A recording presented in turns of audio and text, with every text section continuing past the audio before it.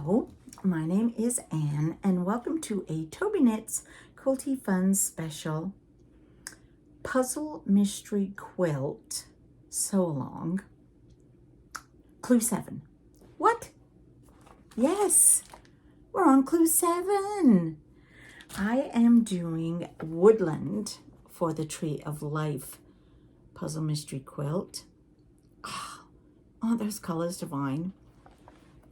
This is one of I love doing these puzzle mystery quilts. They are so much fun and so easy because, as you saw from my package, all the pieces are pre-cut for you. You just need your instructions, your little color chart so we know what fabrics are what, and away you go. So how about we do that? All right, so I'm going to put that there where I can see it. I can tell what my colors are. I'm going to get everything out of here. This one doesn't look very difficult. It looks like, keep the bag because you're going to put your stuff back in there after. And then I literally just put all my shapes out so I can see what I've got. Oh, a big square.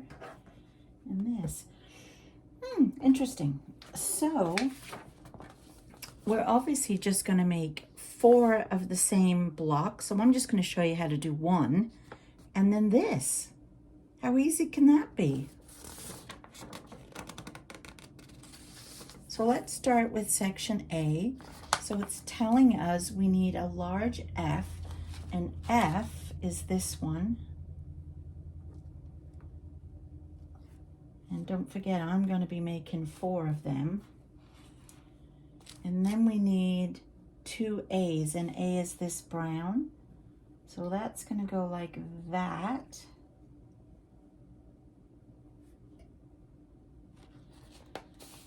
And I have to make 4. So I'm literally just going to fold this one over and put it on the top like that. Make sure everything is lined up at the top where the little cuts are in the bottom. You can, if you want, clip them so you don't lose your spot, or pin. Then I always have on my, on my machine, I hope you can see that there. Oh. I always have on my machine, when I'm doing the Cotton Cuts Puzzle Mysteries, a leader, and then I have an ender that I usually use, just scraps of fabric, to A, keep the needle down, and that also saves on your thread, and B, when you're starting with on a corner piece, sometimes it gets chewed up in the machine. So if I do it this way,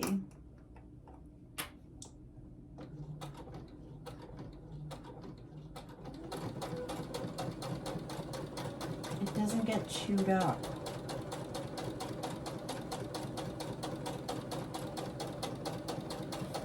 Then I take my other piece and have it come in behind. And then it stays down. Then I just take my scissors, snips, and just... So once we've got this one sewn on, we're then going to take our other piece, line that one up at the top and the bottom, take that to the machine, and then just sew down there. And here's what that one looks like. That's a flying geese, and we have to make another one of these, but in a different color.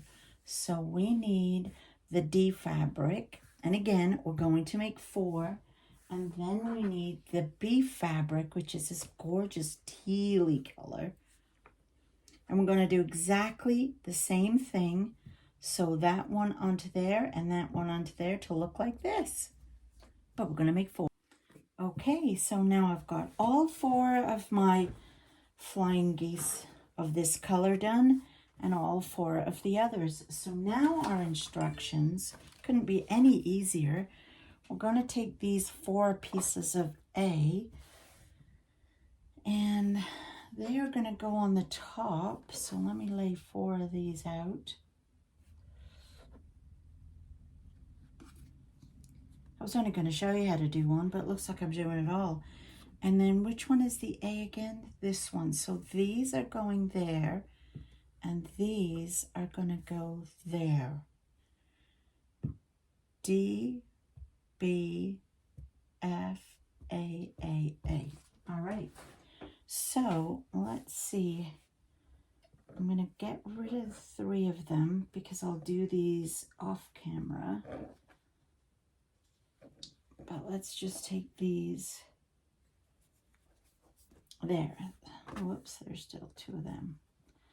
So we got 1, 1, 1. So I'm going to bring this one down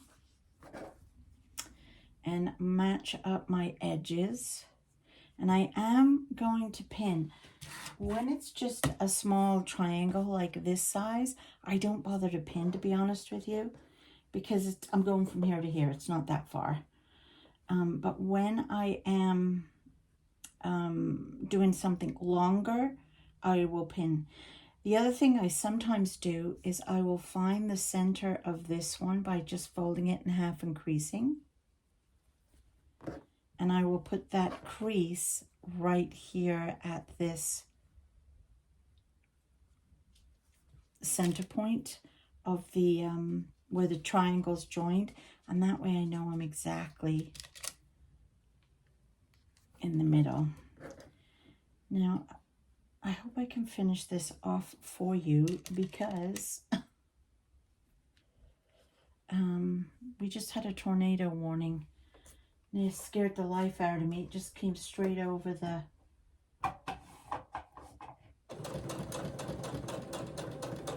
my phone.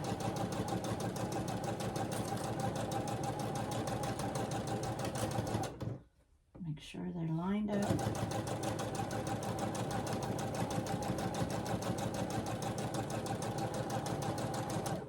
It said we were going to get a bad storm tonight.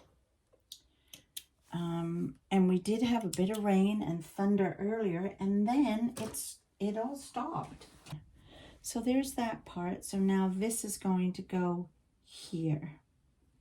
So I'm going to fold that over that way, but I'm going to turn it so that I can match these up nicely.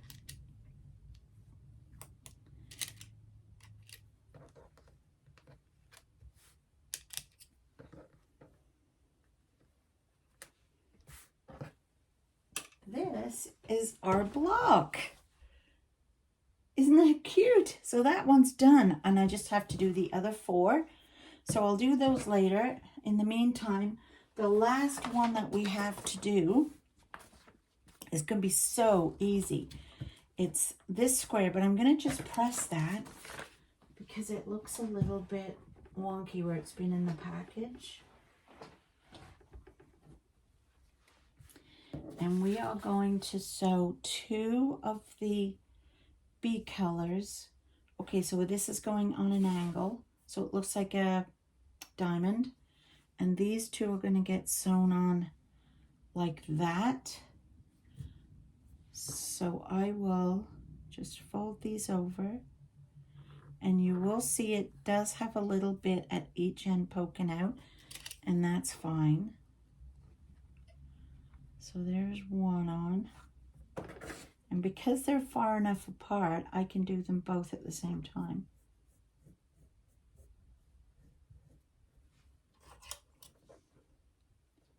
So I'm going to sew those with a 1/4 inch seam and be right back. So there is that.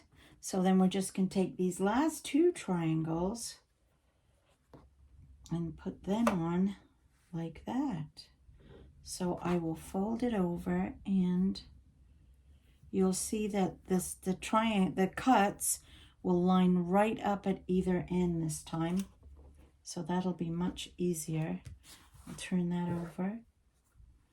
Line that up with that edge and that edge.